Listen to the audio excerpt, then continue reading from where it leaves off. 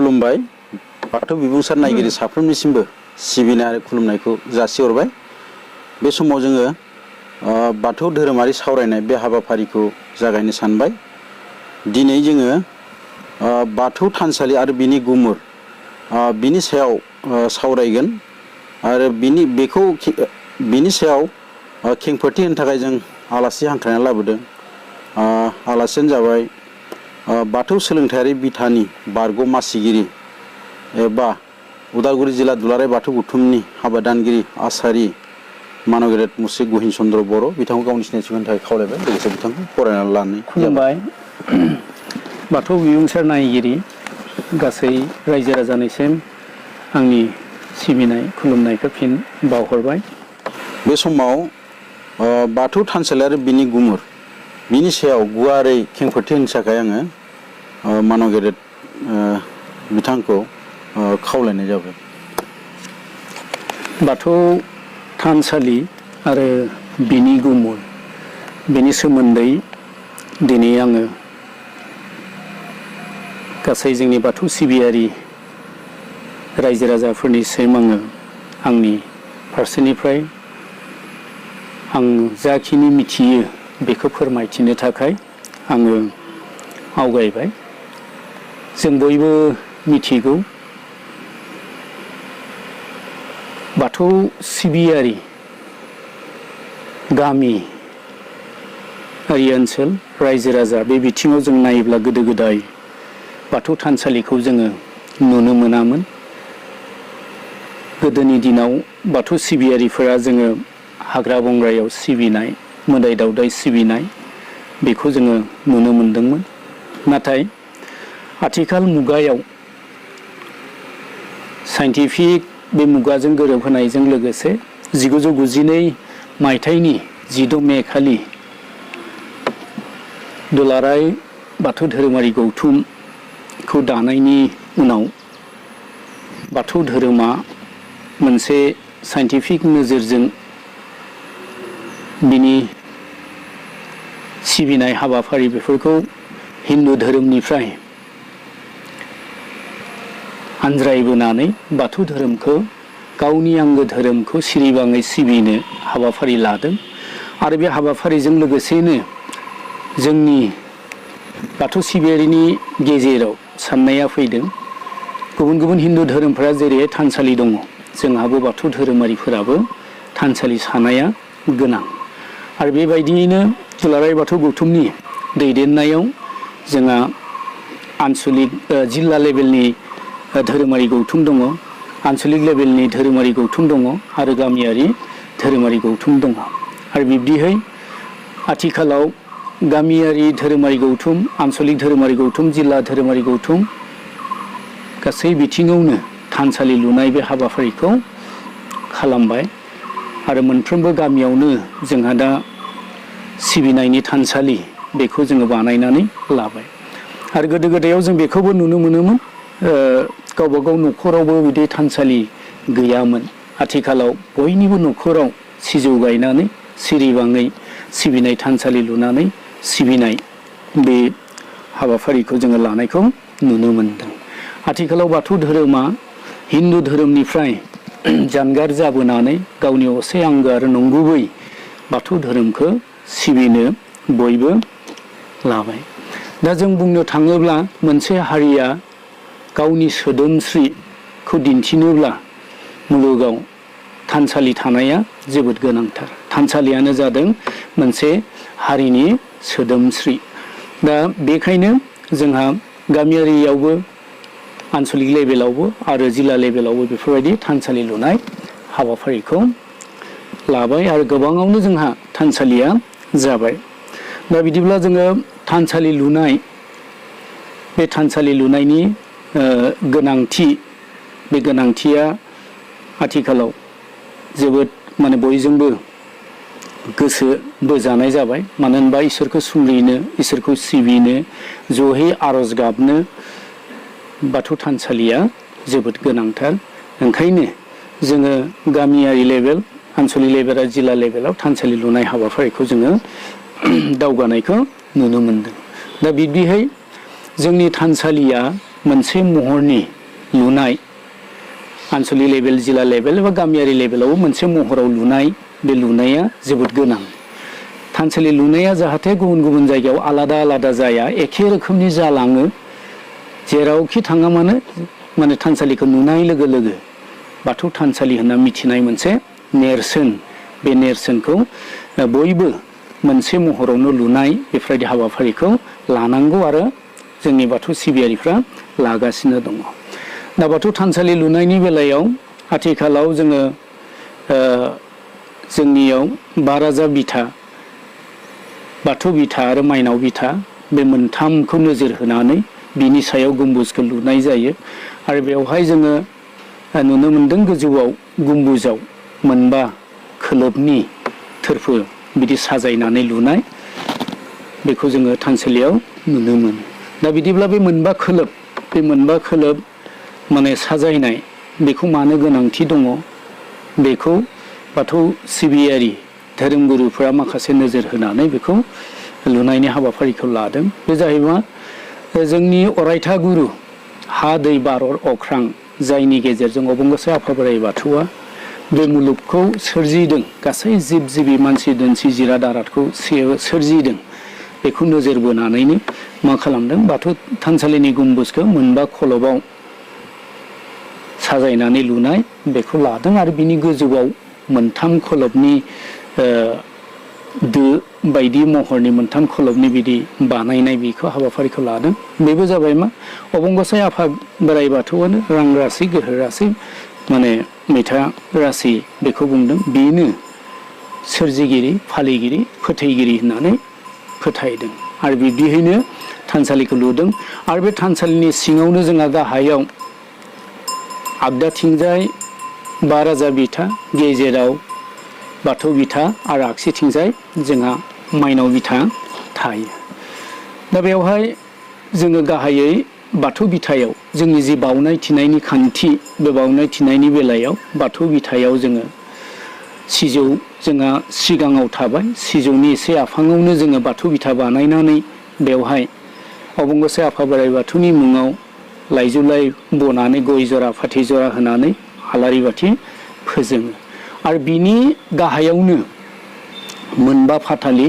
बयो बेवहायबो जोङो माने लाइ बिलाइ फिसा फिसा हानानै जराबा फज'यो आरो बिनि आफाङाव जोङो मोनथाम फज'यो जराथाम फज'यो गतिके बे लाइजौ लाइनि गाहायाव मोनबा आरो बिनि आफाङाव मोनथाम गासै 9 फाथालि बनाय बेखौ खालामो दा बिनि ओंथियाबो बेनो जे अबंगसाय आफा बोराइ बाथौआ गासै बुहुमनि सृष्टिनि गुदियावनो बे मोनबा जोंनि अरायथा गुरु जायखौ बुंदों हा दै बार अख्रां बिनि गेजेरजोंनो अबंगसाया गासै खामानिखौ मावजोबो बोराइ बाथौआ गासै खामानिखौ मावजोबो ओंखायनो मोनबा फाथालि बयो बिनि आफाङाव मोनथाम फाथालि बयो बेनो जाबाय मा अबंगसाय आफा बोराइ बाथौआ माने रां राशि गोहो राशि मैथा राशि बे मोनथाम मानो होनबा अबंगसाय आफा बोराइ बाथौआनो सोरजिदों बिनो फालिदों फेदेरदों फोलावदों आरो मोनसे समाव बिनो बे बुहुमनिफ्राय मानसि दुमसि जिराद आराद गासैखौबो गावनि गेजेरजों लांफिनदों ओंखायनो बेखौ फाथालि बनानै अबंगसाय आफा बोराइ बाथौखौ बे सिबिनायखौ लायो बिनि आगदाथिंनो जोंहा 12 राजा दङ बे 12 राजा बिथायावबो आलारि बाथि फोजोंनानै बेवहाय लाइजौ लाइ बना आलारि बाथि फोजोंनानै गय जरा फाथै जरा होनानै बिबार बावथाय होनानै मा खालामो बिनि आफाङाव मोनबा फाथालि बयो मोनबा फाथालि बेवहायबो बे मोनबा फाथालियाव माने लाइजाम बनानै बेवहाय गय हाफ्लेनानै फाथै हाफ्लेनानै बिबार बिदिनो फिथाइ सामथाइ एफा एफा होनानै सिबिनाय बेखौ खालामो बेनो जाबाय मा अबंगसाय आफा बोराइ बाथौआ 12 राजा महरै सोरगोआव दङ आरो बे सोरगोआव थानानैनो बे मोनबा गोहोजों हा दै बार अख्रांजोंनो बे मुलुगखौ सामलायगासिनो दङ जेब्ला गोनां जायो अब्ला बे मुलुगाव सोरजिनायनि खामानिखौ मावदों जेब्ला गोनां जायो अब्लानो गुबुन गुबुन बिथिंजों हरदों हा दै बार अख्रां बे जाबाय गासिबो सोरजिनि गोहो बिनि मोनसेबो मुवा गैयाब्लानो माने जिब जिबिया थांनानै थानो हाया बे मोनबानि सायाव सोनारनासो थांनानै थानो हायो आरो बे मोनबाजोंनो अबंगसाय आफा बोराइ बाथौआ गासै सृष्टिखौ खालामदों आरो अबंगसाय आफा बोराइ बाथौआ बे मोनबानि गोहोजोंनो माब्लाबा फोजोबस्रांनायनि खामानिखौ मावदों, माब्लाबा हायाव बांग्रिं मावनायनि गेजेरजों, माब्लाबा दैबानानि गेजेरजों, माब्लाबा बारहुंखानि गेजेरजों, माब्लाबा अर खामनायनि गेजेरजों, बेफोरबायदि मोनबा गोहोनि गेजेरजों मा खालामदों, फोजोबस्रांनायनि खामानिखौबो सम सम मावो। मानो मावो? माने बुहुमाव जेब्ला पापा बारा जायो, अयनाया बारा जायो, होमब्ला बेफोरबायदिनि गेजेरजों अबंगसाय आफा बोराइ बाथौआ मोनसे सिमायाव लाखिनो, कन्ट्रलाव लाखिनो सम सम फोजोबस्रांनायनि खामानिखौ मावो। मानो होनब्ला बिनि गेजेरजों सुबुं माहारि जिब जिबिखौ वार्निं होयो जे मानसिया सैमा गारि जाबोला, अमा गारि जाबोला माने सैमा हेंगालि लागायगोन होननाय बायदिहै बिदि लगायनानै अबंगसाय आफा बोराइ बाथौआ माने फोजोबस्रांनायनि खामानिखौ सम सम मावो। दा बिनि आगसिथिंजाय जोङो माइनाव बिथा थाबाय। माइनाव बिथायाव जोङो लाइजौलाइ गांनै बनानै बेवहाय सानजा मोखाङै जोङो माइरं, गय जरा, फाथै जरा, आलारि बाथि होनानै माने फसङो, बेहाय अन्थाइ थरसे होयो। बिब्दिहाय साहा मोखाङै लाइजौलाइ होनायाव माइ खुरैसे, गय जरा, फाथै जरा होनानै, अन्थाइ थरसे होनानै बेहाय आलारि बाथि होनानै फोजोंनानै मा खालामो, सिबियो। दा माइनावा जाबाय जोंनि जानाय आदारनि सोरजिनि गुदि, अबंगसाय आफा बोराइ बाथौनि फिसाजो। बेनो जोंनो जानाय लोंनाय आदारखौ जगायनाय बे खामानिखौ मावदों। सुबुं माहारिया बोरैहाय आबाद मावनानै जानांगौ बेखौ फोरोंदों। आरो बेखायनो माइनाव नङाब्ला जोङो जोंनि सोलेरारि दाथाय, सोलेरारि गोख्रोंथि, गुन गियान बेखौ मोननायाव गोब्राब जायो। ओंखायनो माइनावखौ जों सिबियो। दा माइनावनिफ्राय बाथौ बिथासिम बेवहाय जोङो गुरुफोरखौ सिबियो। 18 जरा गुरुफोर दङ। आरो बे 18 जरा गुरुफोरनि थाखायबो जों मा खालामो, जरा जरा माने लाइजाम बनानै, फाथालि बनानै मा खालामो, गय हाफ्लेनाय, फाथै हाफ्लेनाय, बिबार, बिनिफ्राय फिथाइ सामथाइ जोङो मोनफ्रोमबो बे 18 जरायाव जोङो होयो। आरो बिनि माने उनथिंजायनो मा खालामो, माया जे हेबो आरो माया जेनि एसे उनावनो खांख्ला थुनाय, बे खांख्ला थुनाय 18 जरा खांख्ला थुनाय जों माने बिनिफ्राय माया जे हेबनाय बेखौ जोङो फोरबोफोरनि समाव माने खालामो। दा बेवहाय 18 जरा गुरुफोरनो जोङो फाथालि बनायनि ओंथियानो जाबाय जोङो बे 18 जरा गुरुफोरखौ जोङो मान बावनाय। मोनफ्रोमबो फोरबोआव जा बा न'नि फोरबोफोराव जा जोङो बे माने 18 जरा गुरुफोरनो जोङो माने मान बावो। मानो होनोब्ला जोंनि गेजेराव बे 18 जरा गुरुफोरा उजिफैनानै जोंनो सुबुं माहारिनो मा होदों, गासै गियानखौ जोंनो होदों। जोंनि आबाद मावनायनिफ्रायनो जोंनि आइजें आइला बानायनिफ्रायनो, दानाय लुनायनिफ्रायनो, दामनाय देनायनिफ्राय, बेनिफ्राय जोंलारि गियान, राव, थुनलाइ, हारिमु गासै बिथिंखौ जोंनि 18 जरा गुरुफोरानो अबंगसाय आफा बोराइ बाथौनिफ्राय बोसोन लानानै, अबंगसाय आफा बोराइ बाथौनिफ्राय रोंनानै बोसोन लानानै जोंनो 18 जरा गुरुफ्रा माने फोरोंदों। दा बेवहाय मोनसे सोंलु सिखारो जे बाथौआरिफ्रा गुरु गैया होननानै। आसलते गुरु गैया नङा, जोंहाबो 18 जरा गुरु दङ। जाय गुरुफोरनि गेजेरजों जोङो बर' माहारिया गावनि सोदोमस्रि, गावनि हारिमु, गावनि आसार खान्थि गासै बिथिंखौ धोरोमनि गेजेरजों गायसननानै सिबिनायनि खाबु बेखौ मोननो हादों। मात्र बेल' जे समनि फाखनाव हिन्दु धोरोमनि सान्थौजों, हिन्दु धोरोमनि सान्थौनि दाहाराव गब'नानैसो जोङो बाथौ धोरोमनि जि आसार खान्थि सिबिनाय बेफोरखौ जोङो माने बावगारलांदों। दा आथिखालाव बाथौ धोरोमनि गुमुरखौ गासैखौबो नायबिजिरनानै जोङो सिरिबाङै सिबिनाय बेखौ लादों। दा जोङो बेवहाय माया जे हेबनाय, बे माया जे हेबनायावबो जोंहा 18 जरा खाथिजों हेबनाय जायो। गासै 32 खाथि बेजों माया जेखौ हेबनाय जायो। आरो बिनि उनावनो माने जाथ्रासि आरो बे खांख्ला थुनाय, 18 जरा खांख्ला थुनाय बेखौ खालामो। दा बेवहाय जोंहा बाथौ धोरोमनि बादिब्ला जोंहा फोथायनाय दङ जे सुबुं माहारिया जोनोम जानायनि उनाव मायायाव हाबनो गोनां जायो, माया जेयाव हाबनो गोनां जायो। मानो होनबा बे मुलुगाव जोनोम जाना सफैनाय लोगो लोगो सोरगिदिं बारहावा, मानसिनि लुबैनाय आखु, मानसिनि हास्थायनाय आखु, मानसिनि आकांक्षा माने लुबैनाय हास्थायनाय बिदिहाय बेफोरखौ दबथायनो हायियाव बा बुहुमनि बे मायाजेयाव माखासे मायानि नोजोराव हाबनानै मानसिया देबोरनाङो। दा बेवहाय जेब्ला मानसिया अबंगसाय आफा बोराइ बाथौखौ सिरिबाङै सिबिगोन, गोसो गोरबोजों सिबिगोन, अब्ला मा जागोन? बे मायाजेखौ सौसिनानै अबंगसायनि लामायाव आगान होफैनो हायो। मायाजेखौ जेब्ला सौसिनो हागोन अब्लासो अबंगसायनि लामायाव आगान होनो हायो। मानो होनब्ला गुरुफोरनि गेजेरजों गुरुफोरनि गेजेरजों लामा मोननायनि राहाखौ मोननो हायो मायाजेखौ सौसिनो हायाब्ला। जुदि बे मायाजेखौ सौसिनो हायाब्ला मा जायो? मानसिया बे मुलुगाव आन्दायनानै थायो। दा धोरोमानो मोनसे जाय धोरोमनि गेजेरजों, जोंनि बाथौ धोरोमनि गेजेरजों मायाजेखौ सौसिनानै जोङो गुबै धोरोमाव जोङो मोनफैनो हायो। आरो धोरोम लामाखौ मोननाय लोगो लोगो जोङो बे जोंनि गुरुफोरनि गेजेरजों बे आलिनि गेजेरजों फैनानै जों बाथौ बिथा इसोरनि खाथियाव मोनफैनो हानाय, बा राजा बिथा सोरगोआव जोङो इसोरजों सोमोन्दो लाखिनो हानाय, इसोरनि बोसोन मानिनाय, बेफोरखौ जोङो इसोरनि बोसोनखौ फालिनानै दिन्थिनाय, बेफोरखौ जोबोद आलो गोजोनै मावफुंनो हायो।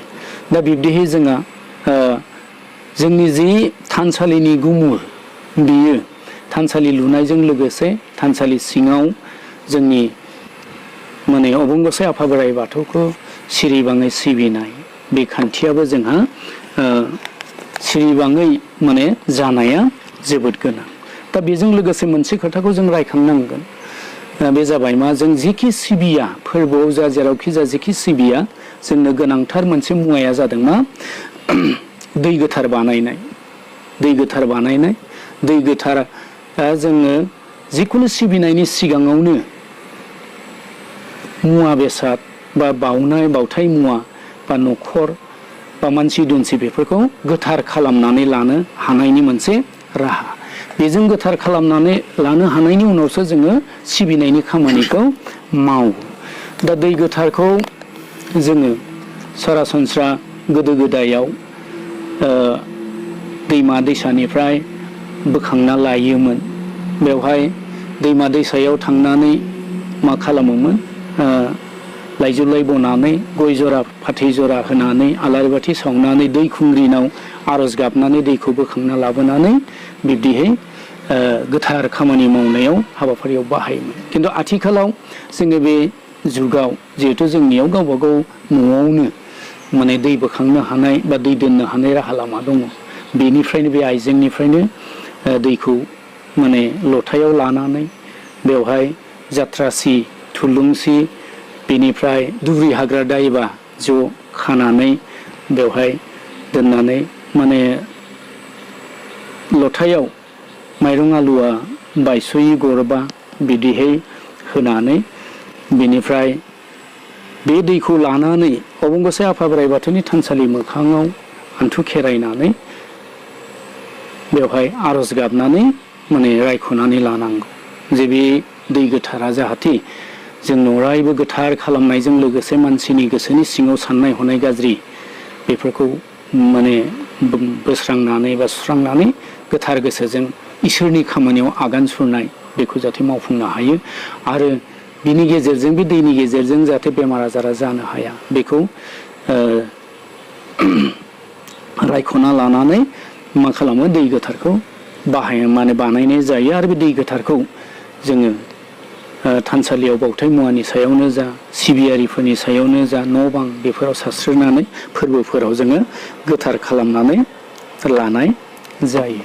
दा बिब्दिहै जोङो सिबिखान्थियाव थानसालियाव जोंनो दै गोथार बानायनायाबो मोनसे गोनांथार, जायनि गेजेरजों जोङो सिबिनायखौ जागायजेननो हायो।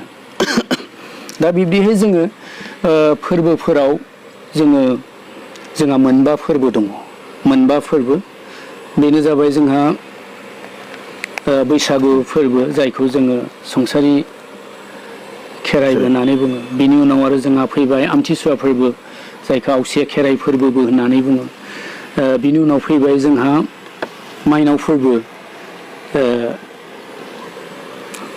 फोरबो फैबाय। माइनाव फोरबोनि उनावनो जोंहा ओंखाम गोरलै जानाय फोरबो फैबाय। बिब्दिहै जोंहा मोनबा फोरबो दङ।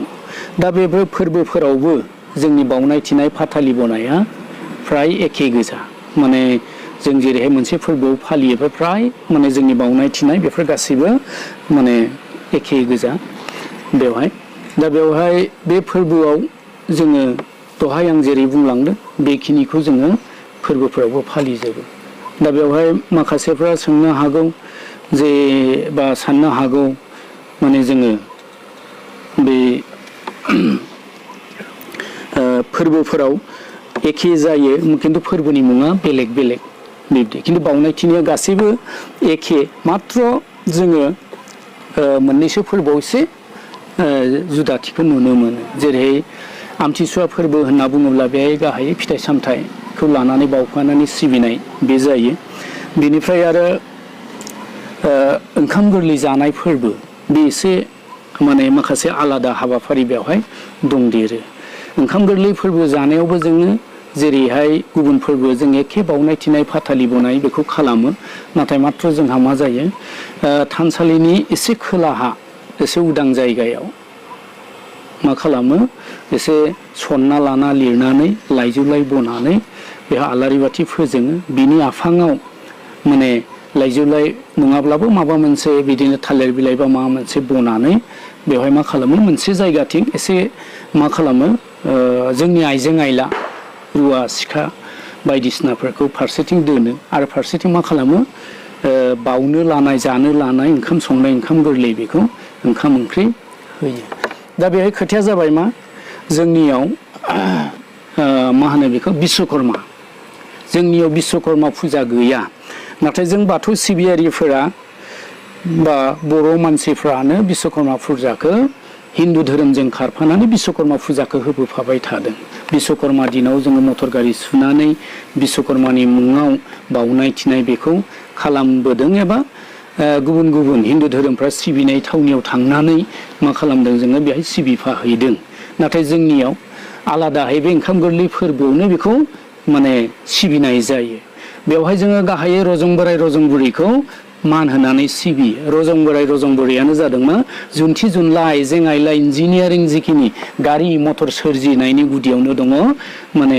रजं बोराइ रजं बुरै गतिके जोङो रजं बोराइ रजं बुरैयानो जोंनि बे इन्जिनियारिं टेक्न'लजिकेल जि आइजें बेफोरखौ बानायदों सोरजिदों गतिके जोंहा बिश्वकर्मा फुजिनायनि जेबो ओंथि गैया ओंखायनो जोङो ओंखाम गोरलै फोरबोनि समावनो मा खालामो थानसालिनि एसे खोलाहा लांदां जायगायाव सननानै आइजें आइला सिखा रुवा दोनो सिखा रुवा दोननानै बेनिफ्राय फारसेथिं ओंखाम ओंख्रि होनानै बावो थियो बेनि बावनाय थिनाय जोबखांनायनि उनावसो मा खालामो रायजोहै जानाय लोंनाय थानसालियाव आरज गाबखांनायनि उनाव लास्ट फोरबो हिसाबै बेखौ खालामो बेनिफ्रायसो जोंहा माने रायजो राजवाहै जानाय लोंनायखौ खालामो दा बेखायनो जोङो बिश्वकर्मा सिबिनायनि जेबो गोनांथि गैया ओंखाम गोरलै फोरबो समावनो मा खालामनांगौ जोंनिया गासै रायजो राजाफ्रा मटर गारि जि दङ बेफोरखौ थानसालियाव सिरिबाङै लाबोजोबना दोनफैनांगौ दौरि आसारिया मा खालामगोन माने दै गोथारजों गासै गारिफोरखौ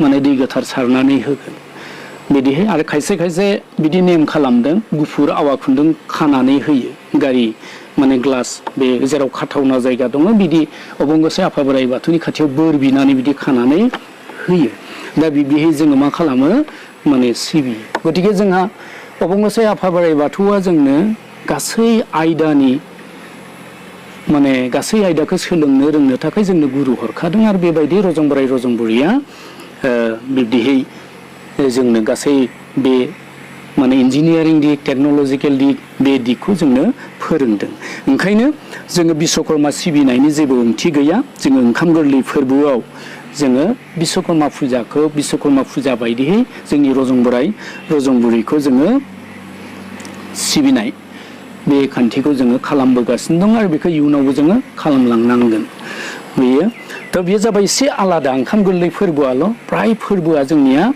माने बावनाय थिनाय माने लाइजाम बनाय बेफोर गासैबो एखे जायो गतिके बे मोनबा फोरबोजों जोंहा थानसालिनि गुमुर होनना बुङोब्ला थानसालिनि सिङाव सिबिनाय बे गुमुरा जोंहा बेखौ जोङो रोंनांगोन एबा मिथिनांगोन फालिनांगोन गतिके माखासे फोरबोफोर दंबावो बे फोरबोफोरनि सोमोन्दै बुंनांगौब्ला माने गोबाव जायो। जेरै दा ओंखाम गोरलै फोरबोनि बाथ्रा बुंबाय, बिनि सिगांबो 1 आघोननिफ्राय 9 आघोननि गेजेराव खायसे आग लानाय होननानै बुङो, जायगा जायगा माइनाव लायनाय होननानैबो बुङो। बेखौबो गोबां गामिया फालियो, गोबां गामिया फालिया। बियो 1 आघोननिफ्राय 9 आघोननि गेजेराव ओंखाम गोरलै जानायनि एसे सिगां दा बेवहायबो न' बां माने लिरस्रोनानै जि जोम सुस्रांनानै मा खालामनांगौ, ओंखाम आरि संखांनानै, ओंखामखौ जायाबालासिनो ओंखाम आरि संखांनानै मा खालामनांगौ, न'खरनि आइजोआ मा खालामनांगौ, दुगैयै दै लोबै दख'ना गुफुर, गस्ला गुफुर, ब्लाउस गुफुर, बेनिफ्राय जि गुफुर लानानै सान्द्रि गंसे, आलारि बाथि गंनै, लाइजौलाइ गांनै, बिदिहै गोथार दै बानायनाय लथा, बेवहाय नांगौ मुवाफोरखौ होनानै बिदिनो जाथ्रासि, थुलुंसि, बेनिफ्राय दुब्रि हाग्रा दायबाजों फाखोबा मेराइजों फाननानै दै सारनायनि राहा, बेनिफ्राय गोथार खासि गंसे बेखौ लानानै दुब्लियाव थांनांगौ। आरो दुब्लियाव थांनानै बेवहाय जायगा एसे लिरस्रोनानै लाइजौलाइ बनानै आलारि बाथि सावनानै गय जरा, फाथै जरा, बिबार होनानै माने अबंगसे आफा बोराइ बाथौनाव आर'ज गाबनायजों लोगोसे माइनावनि खाथियाव आर'ज गाबनानै, आर'ज गाबखांनायनि उनाव गसाबा हानानै लाबोयो। बे गसाबाया जाबाय मा, माने बोराइ बाथौनि मुङाव गसासे हायो। बिबार बारिनि थाखाय माने बिबार बारनो रोङिबा बिबार बारिनि थाखाय मा खालामो, गसासे हायो। आलासि उलासि फैनायनि थाखाय गसासे हायो। एम्फौ एनलानि थाखाय गसासे हायो। बेनिफ्राय न'खरनि थाखाय गसासे हायो। गासै गसाबा हानानै बेखौ ज' खालामना लाबोनानै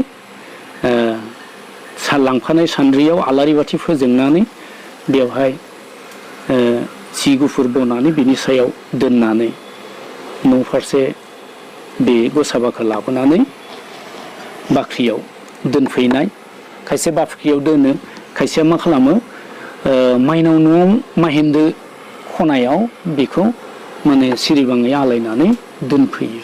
बिब्दि जोंहा फोरबो दङ ओंखाम गोरलै फोरबोनि सिगां। दा जों बाथौ धोरोमारिया गमामायैनो आथिखाल मुगायाव जोंनि जा सोदोमस्रि, बे सोदोमस्रिखौ जोङो बाथौ धोरोमनि गेजेरजों गेवसार होनो हादों। आरो रायजो राजाया गोसो गोथारै सिरिबाङै सिबिनानै दिनै मुलुगाव बयनोबो दिन्थिफुंनो हादों जे बाथौ धोरोमा जे हिन्दु धोरोमनिफ्राय आलादा। बाथौ धोरोमा गावहा निजा आसार खान्थि दङ, धोरोम खान्थि दङ, सिबिनाय खान्थि दङ, थानसालि दङ। दा बे राहा लामाखौ खालामनाय लोगो लोगो जोंनि अबंगसाय आफा बोराइ बाथौआ गुरुफोरनि गेजेरजों जोंनो बेखौ होना गालांखादों, दिन्थिना गालांखादों। मात्र जोङो हिन्दु धोरोमनि फाखनाव हाबनानैल'सो जोङो मा जादोंमोन, आन्दायनानै जोङो दुर्गा फुजायाव खारफानानै सिबिदों, माने बिश्वकर्मा फुजा सिबिदों, बेनिफ्राय लोखि फुजाबा जों खारफानानै सिबिदों।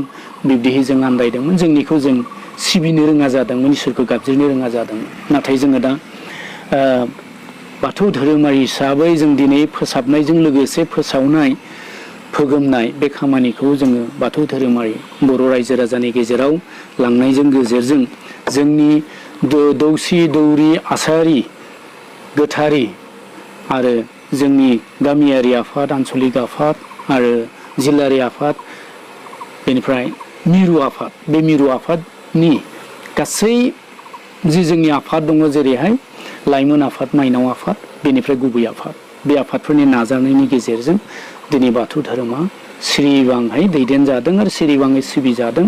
आरो बियो दिनै मुलुग दरबाराव दिनै गोसारदों। मानो होनोब्ला बुहुमाव जेरावबो दिनै बाथौ धोरोमनि बे सिरिबाङै सिबिनायखौ मोजां मोननानै सिगाङाव गावलांनाय जोंनि बाथौ धोरोमारि हारि माहारिफ्रा दिनै बे फारसे मोखां जाबोफिनदों। आरो मोखां जाबोफिननानै बेखौ बजबना लानो दिनै आवगायबोगासिनो दङ।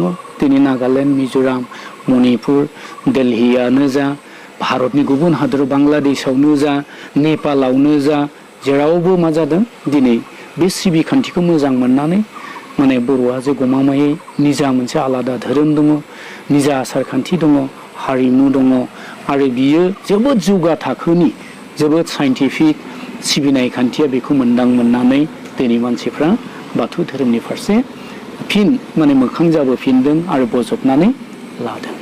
दा आं आसा खालामो बे सिबिखान्थिनि गेजेरजों जोङो मुलुगाव जों बर' माहारिया गावनि सिनायथिखौ होनो हागोन आरो बर' माहारिखौ गेरेमसा महरै जोङो दाफुंनो हागोन। बेखिनिखौनो आंनि फारसेनिफ्राय फोरमायनानै आंनि खेंफोरथि होनायखौ एसेयावनो फोजोबबाय। खुलुमबाय। साबायखर थाबाय। गेदेमा बिथाङा बाथौ थानसालि आरो बिनि गुमुर बिनि बागै जोंनि गेजेराव गुवारै खेंफोरथि होबाय। बिनि थाखाय रोजा रोजा साबायखर बावबाय। आरो दिनैनि बे बाथौ धोरोमारि सावरायनाय बे हाबाफारिखौबो एसेयावनो फोजोबथ'नाय जाबाय। दहाय आफा बोराइ बाथौ। दहाय आफा इसोर बोराइ